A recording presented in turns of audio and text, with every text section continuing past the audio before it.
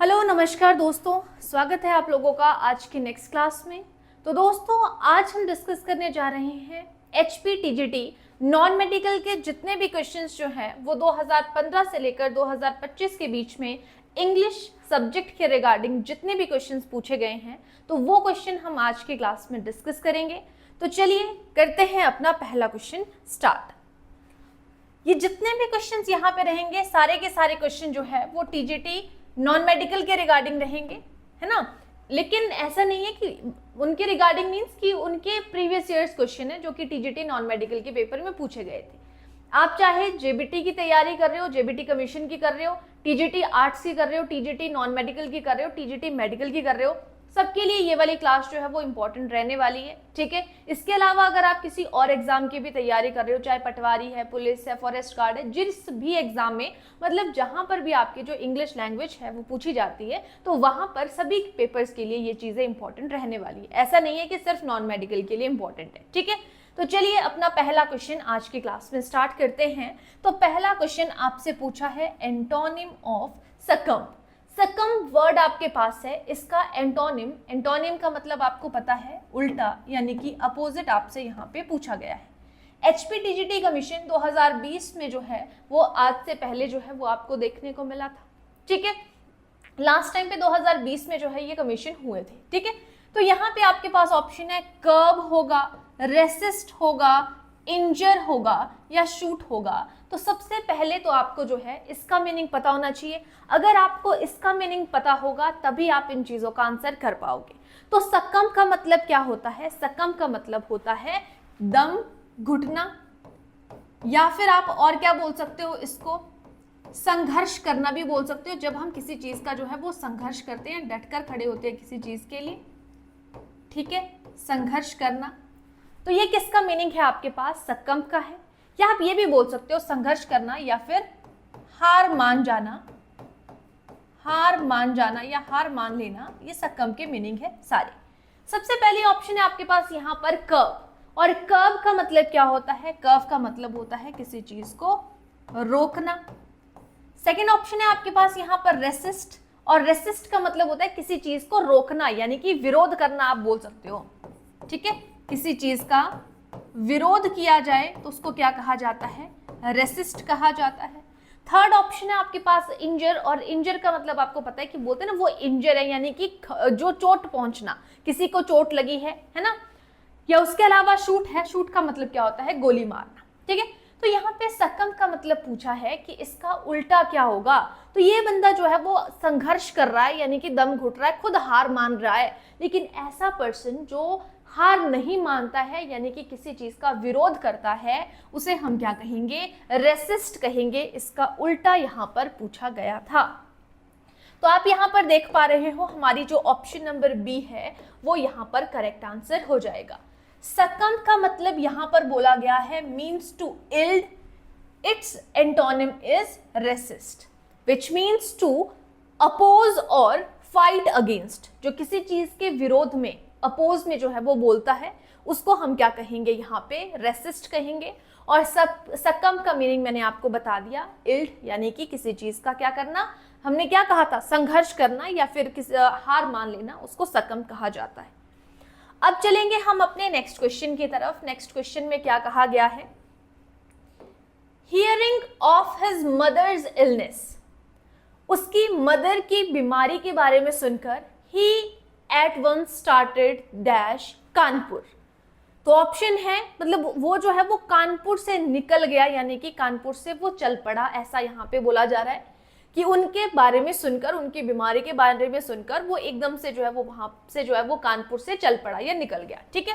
TGT जो आपका non medical commission 2020 का ही क्वेश्चन है।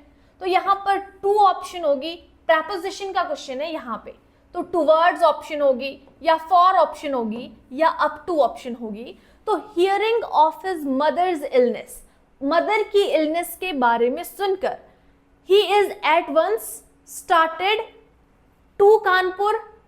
टू का मतलब होता है वहां के लिए निकल गया, लेकिन वो कानपुर से निकल गया। टुवर्ड्स कानपुर, कानपुर की ओर निकल गया। फॉर कानपुर, कानपुर के लिए निकल गया। अप टू कानपुर, तो क्या हो जाएगा यहाँ पर हमारी जो ऑप्शन नंबर सी है वो करेक्ट आंसर हो जाएगा। यहाँ पर फॉर प्रपोजिशन सही हो जाएगा। ठीक है, तो आप यहाँ पे हर एक चीज की एक्सप्लेनेशन आप लोगों को साथ में बताई है। We use started for when mentioning the destination, जब हमें डेस्टिनेशन को मेंशन करना है कि वहां के लिए निकल गया, तो वहां पे हम क्या यूज करेंगे, फॉर।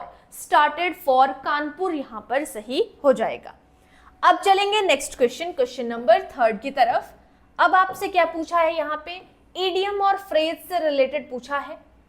अ हॉर्नेस्ट नेस्ट पूछा है। अ हॉर्नेस्ट नेस्ट का मतलब क्या हुआ, टीजीटी नॉन मेडिकल कमीशन 2020 का क्वेश्चन नहीं है। अ कंफर्टेबल पोजीशन, कोई स्थान है जो कि कंफर्टेबल है, वो हुआ। या एन अनप्लेजेंट सिचुएशन, कोई ऐसी परिस्थिति जो कि आपको अच्छी नहीं लग रही है, अनप्लेजेंट सिचुएशन। या अमंग थॉर्न्स जो है ये होगा, या अ डायलेमा यानी कि दुविधा में।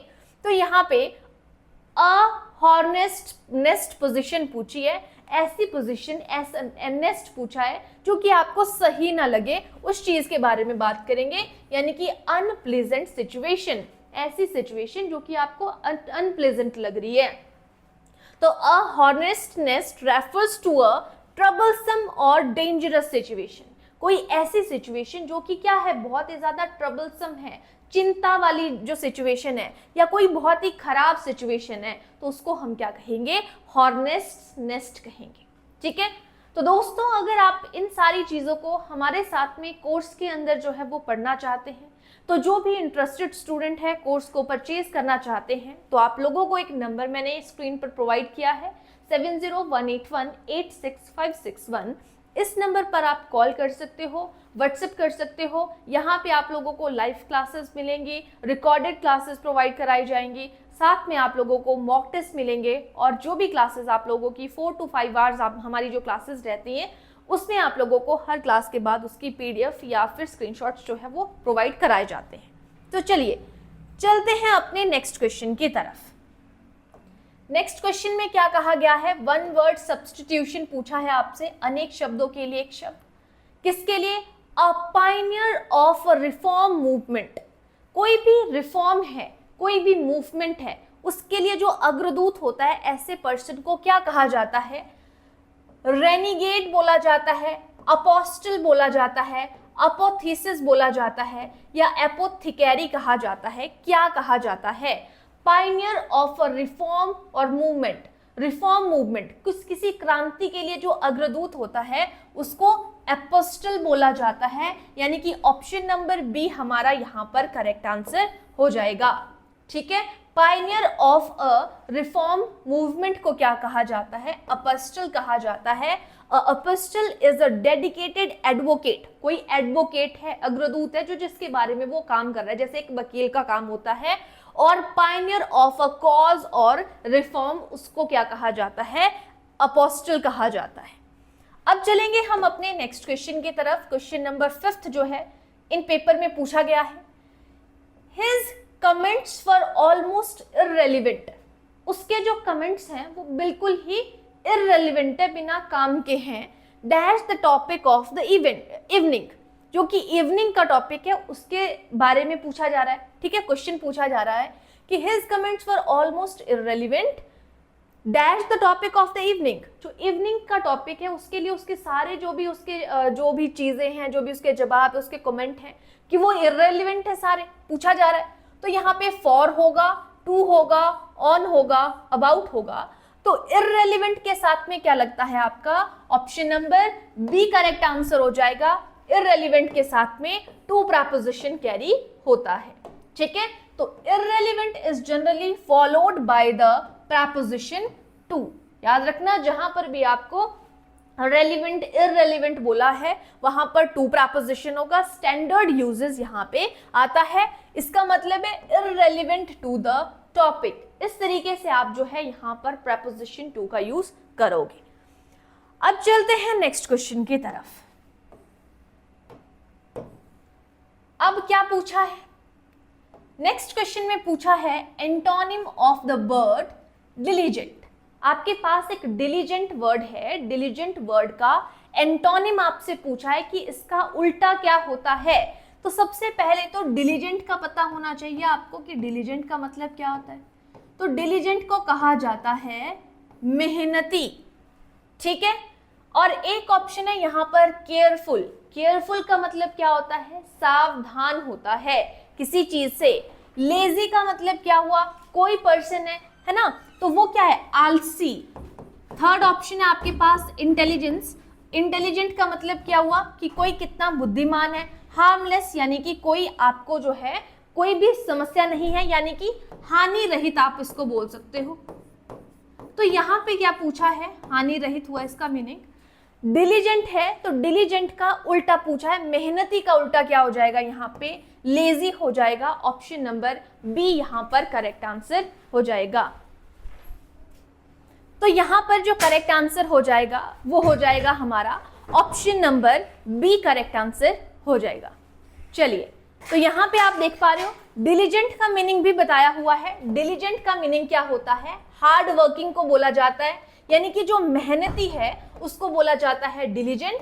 और उसके अलावा यहाँ पे इसका एंटोनिम पूछा था, तो एंटोनिम हो जाएगा आपके पास लेजी, जिसका मतलब होता है which means not willing to work, यानी कि जो काम करने के लिए इच्छुक नहीं होता है या जो है वो लेजी है, आलसी होता है, उसको कहा जाता है लेजी।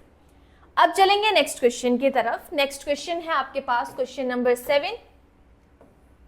क्या बोला गया है, मीनिंग ऑफ ईडियम। जो आपके पास एक ईडियम यहां पर बोली जा रही है, मुहावरे पूछा जा रहा है। लंप इन द थ्रोट, तो लंप इन द थ्रोट का मतलब क्या है, गले में कुछ फंसना, ये तो नहीं होगा क्योंकि ये तो इसका लिटिल मीनिंग है। हमें लिटिल नहीं लेना है जब भी हमारे पास ईडियम या फ्रेज पूछी है। तो ऑप्शंस क्या दी गई है यहाँ पे, to be hoarse, a highly emotional state, food of low type और विंड पाइप। तो यहाँ पे लंप इन द थ्रोट का मतलब क्या है, कुछ चीज, मतलब लंप इन द थ्रोट का मतलब है कोई चीज हमारे सामने, कोई सिचुएशन आ जाना, कोई मुसीबत पड़ जाना, कोई इमोशनल स्टेट। तो यहाँ पर हमारा जो ऑप्शन नंबर बी है वो करेक्ट आंसर हो जाएगा। एंड इमोशनल स्टेट को क्या कहा जाएगा, यहाँ पे इमोशनल स्टेट हुआ आपका lump in the throat. refers to the tight feeling one gets when experiencing strong emotions, especially sadness। यानी कि जब कोई पर्सन बहुत ही ज्यादा सैड होता है, जब वो बहुत ही ज्यादा जो है वो इमोशनल होता है, तो उस टाइम पे जिस चीज से वो जो है वो भरा पड़ा हुआ होता है उसको हम क्या कहेंगे, यहाँ पे लंप इन द थ्रोट बोला जाता है, यानी कि अ हाईली इमोशनल स्टेट को कहा जाता है लंप इन अ थ्रोट।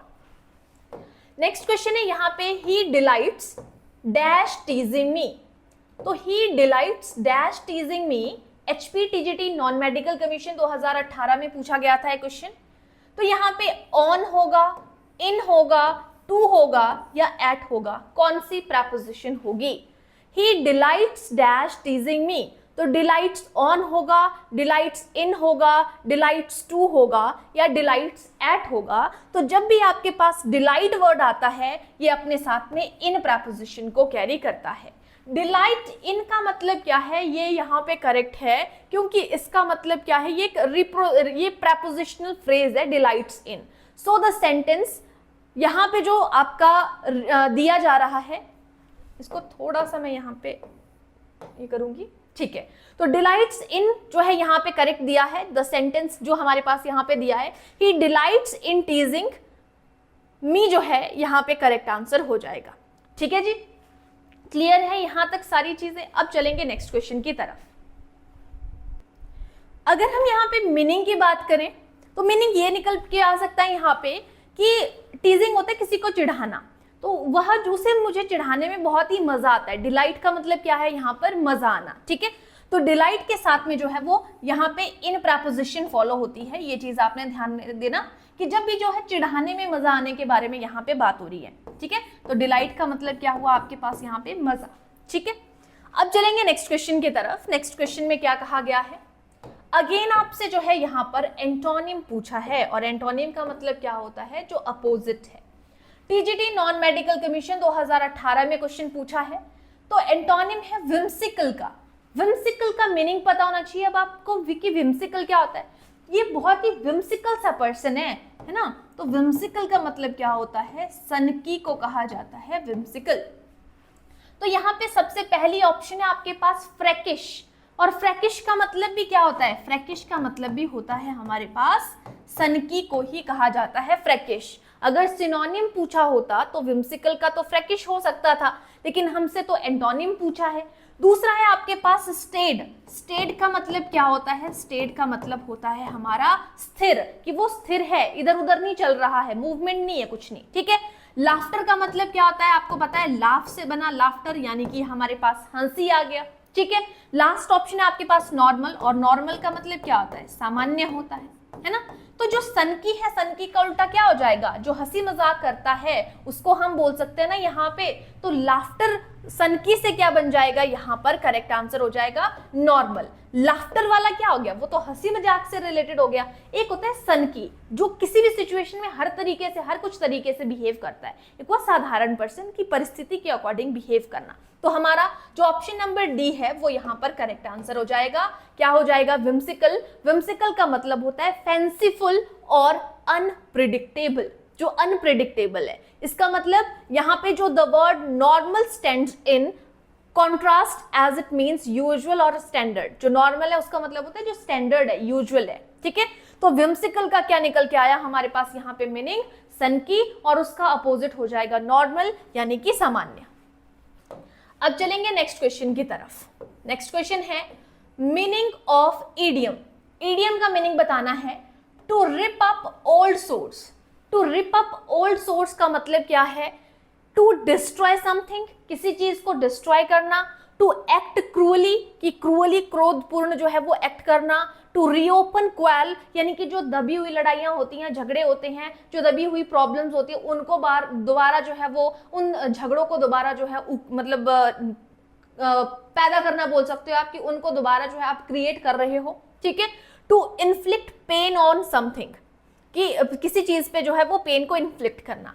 तो to rip up old sores का मतलब है कि जो पुरानी चीजें हैं उनको दोबारा आप क्रिएट कर रहे हो, यानी कि option number C correct answer हो जाएगा। टू रीओपन क्वेल्स, जो लड़ाई झगड़े, जो कन्फ्लिक्ट्स हैं, उनको दोबारा जो है वो क्या किया जा रहा है, रीओपन किया जा रहा है। This means to revive old issues और कन्फ्लिक्ट्स, जो भी हमारे पुराने द्वंद्व हैं, हमारे झगड़े हैं, कन्फ्लिक्ट्स हैं, उनको दोबारा रिवाइव किया जा रहा है। That had already been resolve, जो ऑलरेडी सॉल्व हो चुके होते हैं उनको दोबारा जो है यहाँ पे क्रिएट करने के बारे में बात हो रही है। अब चलेंगे नेक्स्ट क्वेश्चन की तरफ। नेक्स्ट क्वेश्चन है क्वेश्चन नंबर 11। ये 2016 में क्वेश्चन पूछा गया था। The life history of a person written by another. अब लाइफ हिस्ट्री लिखी जाती है ना, तो जो किसी अनदर पर्सन के द्वारा लिखी जाती है उसको क्या कहा जाता है, उसको कहा जाता है बायोग्राफी। जबकि जो ऑटोबायोग्राफी होती है, ऑटोबायोग्राफी का मतलब होता है जो खुद से लिखी जाती है, तो उसको क्या कहा जाता है, ऑटोबायोग्राफी। जो अनदर पर्सन के द्वारा लिखी जाती है उसको क्या कहा जाता है, बायोग्राफी कहा जाता है। तो हमारा जो ऑप्शन नंबर यहाँ पर डी है वो करेक्ट आंसर हो जाएगा। बायोग्राफी क्या है, is a life story written by someone other than the person's themselves, यानी कि किसी और के द्वारा लिखी जाती है, खुद के मुकाबले में खुद नहीं लिखी जाती है, मतलब कोई और लिख रहा है उस चीज को। एक ऑप्शन यहाँ पर थी, मैंने आपको ऑटोबायोग्राफी बता दिया कि जो पर्सन अपनी जीवनी, अपने बारे में खुद से लिख रहा है उसको ऑटोबायोग्राफी कहा जाता है। एक ऑप्शन है यहाँ पर मेम्योर। मेम्योर का मतलब क्या है, एक हिस्टोरिकल अकाउंट है, और बायोग्राफी है written from a personal knowledge के लिए, अपनी जानकारी के लिए जब लिखी जाती है उसको मेम्योर बोला जाता है। एक नैरेटिव है, नैरेटिव होता है जब हम किसी इवेंट्स की जो है वो डिस्क्रिप्शन देते हैं, यानी कि उसके बारे में बताते हैं, उसको नैरेटिव कहा जाता है, ठीक है। तो ये चीजें आपको यहाँ पे पता होनी चाहिए। अब चलेंगे हम नेक्स्ट क्वेश्चन की तरफ। नेक्स्ट क्वेश्चन है क्वेश्चन नंबर 12। क्या कहा गया है यहाँ पे, the author dedicated his first book dash his mother।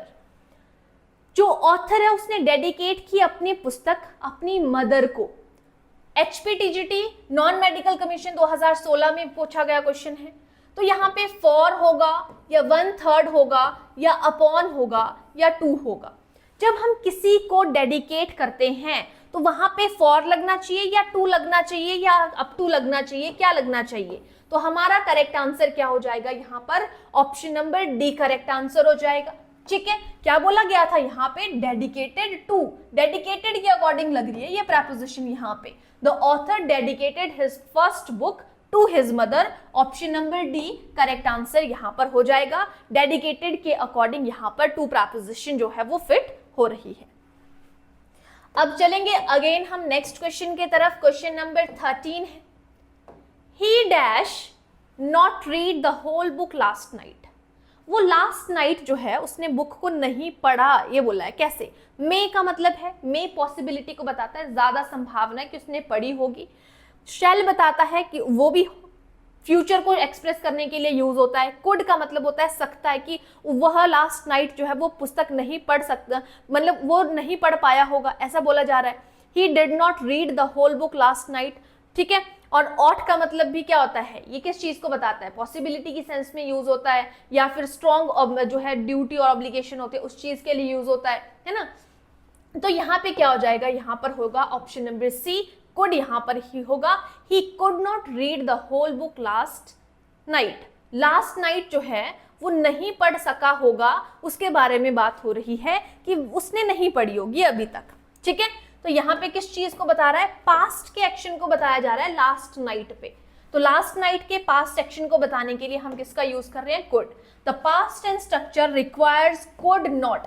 Ability in the past को शो कर रहा है, पास्ट की क्षमता को दर्शाने के लिए। अब है हमारे पास next question, question number 14। Choose the synonym of the word revoke. जो रिवूक वर्ड है हमारे पास, इसका सिनोनिम पूछा है, सिमिलर। तो सबसे पहले तो रिवॉक का मतलब होना चाहिए आपको पता कि रिवॉक का मतलब क्या होता है। इसका मतलब होता है फटकार या डांट को हम क्या बोलेंगे? रिवूक बोलेंगे। HPTGT नॉन मेडिकल 2016 का क्वेश्चन है। ऑप्शन आपके पास 4 है। सबसे पहले है लिबरेट। लिबरेट का मतलब क्या होता है? जैसे लिबरल होता है ना, मुक्त, तो लिबरेट का मतलब क्या हुआ? उसका मतलब हुआ आपके पास मुक्त करना। सेकंड ऑप्शन है आपके पास एडमोनिश। एडमोनिश और एबमोलिश अलग अलग वर्ड्स होते हैं। तो एडमोनिश का मतलब क्या होता है? किसी को फटकारना या डांट लगाना, है ना। थर्ड ऑप्शन है आपके पास कंडोलेसेंस। किसी को क्या करते हैं हम? सांत्वना देते हैं, यानी कि संवेदना शो करते हैं, उसको क्या कहा जाता है? कंडोलेंस कहा जाता है। लास्ट ऑप्शन है आपके पास अश्योरेंस, कि तुम मुझे अश्योरेंस दो, हम बोलते हैं ना ऐसे, तो उसका मतलब होता है आश्वासन देना। ठीक है, करेक्ट आंसर क्या हो जाएगा? फटकारने का सिनोनिम पूछा है, फटकारना ही होगा, यानी कि एडमोनिश आपका करेक्ट आंसर यहां पर बन जाएगा। Option number B correct answer हो जाएगा। रिवूक का मतलब क्या हुआ? स्कॉल्ड यानी कि डांटना, और रिप्रिमेंड भी इसी का मतलब हुआ। इसका सिनोनिम क्या हुआ? एक और एडमोनिश इसका मीनिंग होता है। अब चलेंगे नेक्स्ट क्वेश्चन की तरफ। नेक्स्ट क्वेश्चन में क्या कहा गया है? He does nothing। वह, उसने कुछ नहीं किया या वह कुछ नहीं करता है। He does nothing। He is an dash man। देखो, अगर यहाँ पे सिंपल क्वेश्चन होता he is an dash man होता तो मैक्सिमम स्टूडेंट क्या कर देते?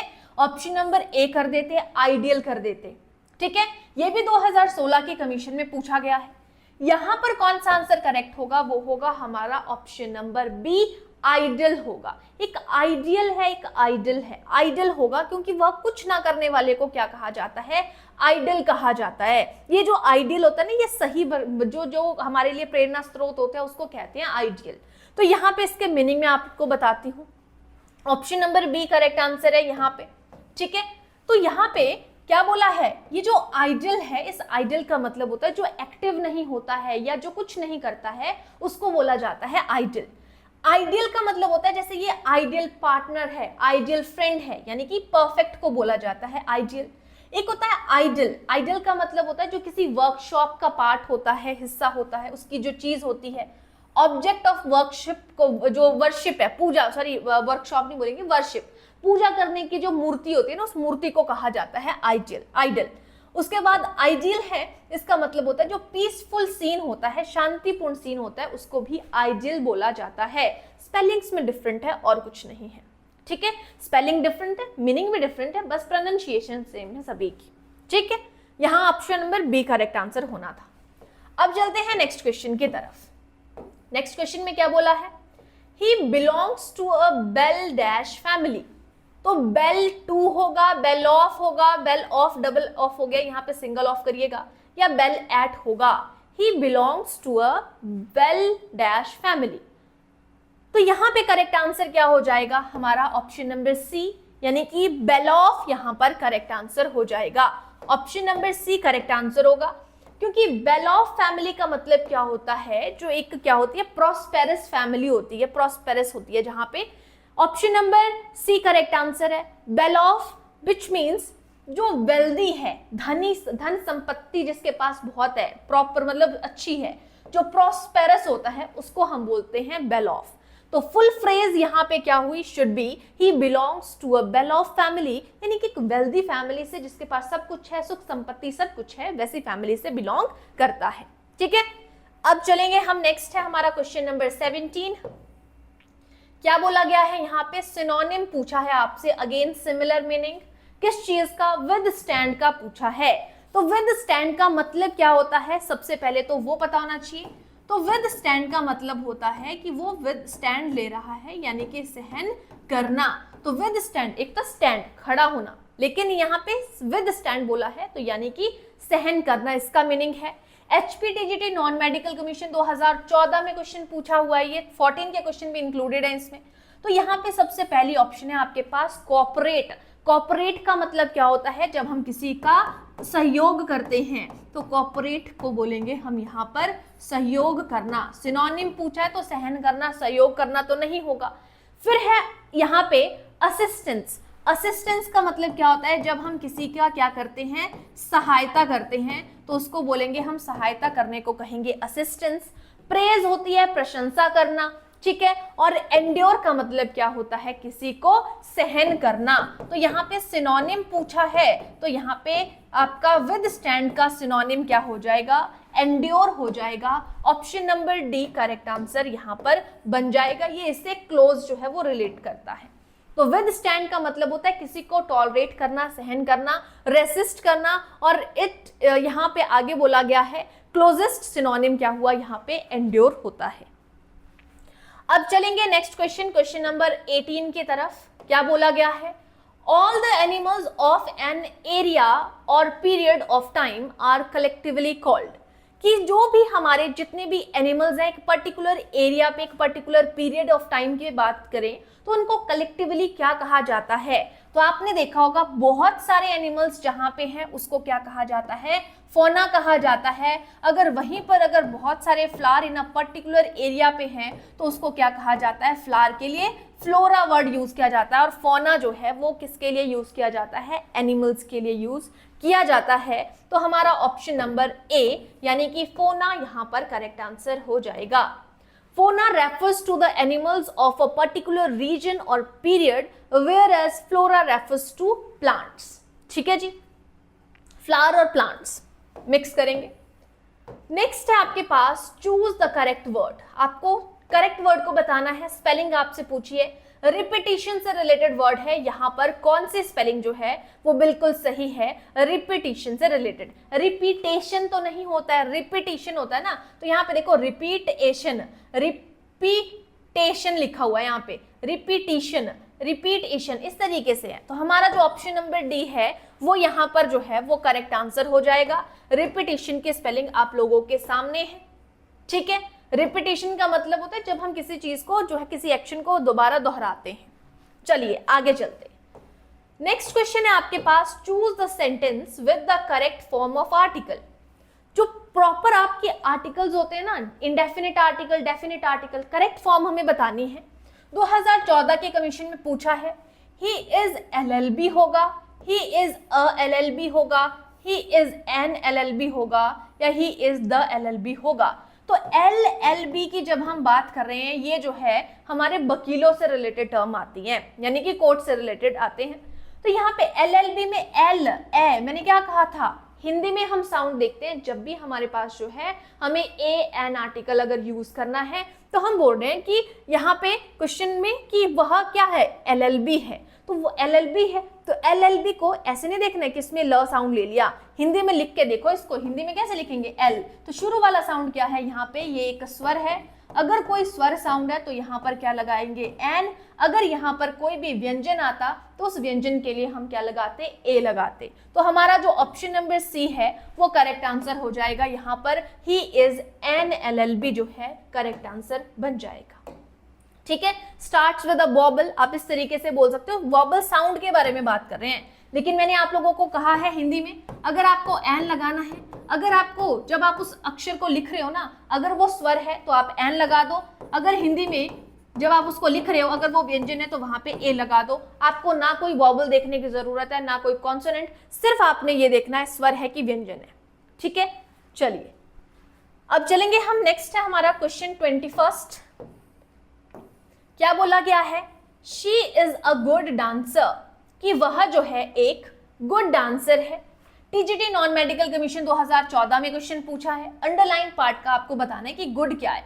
तो यहाँ पे देख रहे हो डांसर क्या है हमारे पास, कोई पर्सन है, किसी पर्सन के बारे में बात हो रही है, कैसा डांसर है, अच्छा डांसर है, गुड डांसर है। तो इस डांसर की विशेषता को बताया जा रहा है, तो क्या होगा यहाँ पर ऑप्शन नंबर ए यानी कि एडजेक्टिव करेक्ट आंसर यहाँ पर हो जाएगा। ठीक है, तो गुड क्या है हमारे पास, एडजेक्टिव है जो डिस्क्राइब कर रहा है, नाउन की खासियत को बता रहा है, और नाउन क्या है, dancer, so it functions as an adjective की तरह जो है वो फंक्शन कर रहा है। अब चलेंगे नेक्स्ट क्वेश्चन की तरफ। नेक्स्ट क्वेश्चन में है, you can look the meaning of the tough words dash in the English dictionary, यानी कि जो भी डिफिकल्ट वर्ड्स होते हैं वो आप जो है वो कहाँ पर ढूंढ सकते हो, कहाँ पर देख सकते हो, डिक्शनरी में देख सकते हो। तो यहाँ पर फॉर प्रपोजिशन होगा, एट होगा, आउट होगा या अप होगा, तो यहाँ पे हो जाएगा लुक अप का मतलब होता है कहीं पर किसी चीज को ढूंढना। ठीक है, तो option number D correct answer यहाँ पर हो जाएगा। ये भी फ्रेजल वर्ब है हमारा, साथ में आता है आपके पास लुक अप, किस चीज के लिए, जब हमें कोई इंफॉर्मेशन, कोई सूचना, कोई जानकारी ढूंढनी है तो उसके लिए हम क्या वर्ड यूज करते हैं, लुकअप वर्ड का यूज करते हैं। अब है हमारे पास next question, choose the correct passive form of the command. यहां पे एक कमांड दी है, कमांड क्या है आपके पास, ओपन द डोर। इस ओपन द डोर कमांड में जो है वो आपको बताना है, इसका पैसिव बनाना है। ये हमारा जो है वो एक्टिव वॉइस में है, पैसिव वॉइस में जब भी बनाया जाएगा तो इसको किस तरीके से, आप देख रहे हो लेट में ज्यादातर ऑप्शंस है आपके पास, तो यहाँ पे the door be opened by you, इस तरीके से नहीं होती है ये चीज। जब भी कोई कमांड है मैक्सिमम टाइम पे लेट के अकॉर्डिंग हम इस चीज को चूज करते हैं। तो जब भी हमें लेट लगाना है, लेट के बाद क्या किया जाता है, जो लेट लगा दिया, लेट के बाद में यहाँ पे हमारा क्या वर्ड यूज हो जाएगा, लेट अस नहीं होता है, लेट के साथ में ये जो हमारा सब्जेक्ट होता है इसको लिखा जाता है लेट द डोर, और साथ में जब भी लेट यूज कर रहे हैं तो बी होगा, और जो वर्ब की फॉर्म होती है उसमें वर्ब की थर्ड फॉर्म का यूज किया जाता है, let the door be opened, यहाँ पर करेक्ट आंसर हो जाएगा। यानी कि ऑप्शन नंबर सी हमारा यहाँ पर जो है करेक्ट आंसर होगा। ठीक है, इंपैरेटिव सेंटेंस बोलेंगे हम इन्हें। Imperative sentence in the passive voice begins with let, तो लेट के बाद हम ऑब्जेक्ट लिखते हैं, ऑब्जेक्ट के साथ में बी और उसके साथ में पास्ट पार्टिसिपल यानी कि वर्ब की थर्ड फॉर्म का हम यहाँ पे यूज करते हैं। अब चलते हैं हमारे आज के सेकंड लास्ट क्वेश्चन की तरफ। क्या कहा गया है यहाँ पे, choose the correct sentence. Sentence को बताना है आपने करेक्ट कौन सा है, 2014 में क्वेश्चन पूछा था। What cannot be cured must be endured. Cannot be cured, what endured must be. What cannot be endured must be cured. Cannot be endured, what endured must be. तो पहली बात तो ये बिल्कुल सिंपल सा है, क्योंकि आपके पास कुछ लोकोक्तियां, मुहावरे होते हैं ना, एक सेइंग होती है, जैसे बोलते हैं ना गले पड़ा ढोल बजाना ही पड़ता है, तो वो क्वेश्चन है यहाँ पे। तो what cannot be endured must be, but can not be cured, यहाँ पे ये हो जाएगा। ठीक है, must be endured, option number A हमारा यहाँ पर जो है वो करेक्ट आंसर हो जाएगा। यानी कि गले पड़ा ढोल बजाना ही पड़ता है, what can not be cured must be endured, ये यहाँ पर सही आंसर होगा। This is the standard proverb, the structure and spelling are correct, यहाँ पे बाकी सारी चीजें ठीक है, स्टैंडर्ड प्रोवर्ब है जो मैंने आपको बता दी। तो इस प्रोवर्ब का मीनिंग क्या है वो भी मैंने आप लोगों को बता दिया। और आज का हमारा लास्ट क्वेश्चन है, बहुत ही ध्यान से इस चीज को भी देखेंगे। क्या कहा गया है आपके पास? रैबिट्स आर एसोसिएटेड विथ, जो रैबिट्स हैं वो किससे एसोसिएट कर रही हैं? कैनल से, बुरोज से, अवायरी से, स्टेबल से। तो करेक्ट आंसर क्या हो जाएगा? जो रैबिट्स हैं वो कहाँ पे रहते हैं? बुरो में रहते हैं, यानी कि हमारा जो ऑप्शन नंबर बी है वो यहाँ पर करेक्ट आंसर हो जाएगा। ठीक है, बाकियों के बारे में भी मैंने आप लोगों को यहाँ पे बताया हुआ है, आप देख सकते हैं। तो यहाँ पे ऑप्शन बी हमारा करेक्ट है। बुरो क्या है हमारे पास? जो रैबिट्स हैं वो गड्ढा खोद के जो है वो वहां पे रहते हैं। ठीक है, उसके अलावा जो कैनल्स हैं, कैनल्स क्या है? जो भी a place of dwelling for dogs, कुत्तों को रहने के लिए जो है वो कैनल्स की बात कर रहे हैं। बुरो जो है वो मैंने आपको बता दिया रैबिट्स के लिए। ठीक है, अवायरी क्या होता है? जहां पर हम जो है वो वर्ड्स को रखते हैं, बहुत ही ज्यादा संख्या में रखते हैं, लार्ज केज होता है एक तरीके का। अवायरी मीन्स पक्षियों से रिलेटेड है। स्टेबल क्या होता है आपके पास? Building where horse are kept and fed, जहां पर जो है वो घोड़ों को रखा जाता है, बांधा जाता है, खिलाया जाता है, उसे क्या कहेंगे हम? उसको कहा जाता है स्टेबल। ठीक है, तो ये थे हमारे जो भी एचपी टीजीटी नॉन मेडिकल के रिगार्डिंग क्वेश्चंस हैं। ठीक है, तो अगर कोई भी इंटरेस्टेड स्टूडेंट है जो कोर्स को परचेज करना चाहता है और हमारे साथ में लाइव क्लासेस के अंदर जुड़ना चाहता है, तो ये नंबर मैं आप लोगों को एक प्रोवाइड करा रही हूँ 7018186561। इस नंबर पर आप कॉल कर सकते हो और व्हाट्सएप कर सकते हो और अपने डाउट्स को, जो भी आपको कोर्स के रिगार्डिंग है, कुछ और आपने पूछना है किसी भी चीज़ के रिगार्डिंग, कोर्स के रिगार्डिंग, तो वो आप यहाँ से पूछ सकते हो। ठीक है, सारी चीजें आप लोगों को यहाँ पे प्रोवाइड कराई जाती हैं। 4 से 5 घंटे की लाइव क्लासेस, रिकॉर्डेड क्लासेस और मॉक टेस्ट और पीडीएफ्स। ठीक है, तो आज के लिए इतना ही। थैंक यू, बाकी मिलेंगे हम नेक्स्ट क्लास में। धन्यवाद।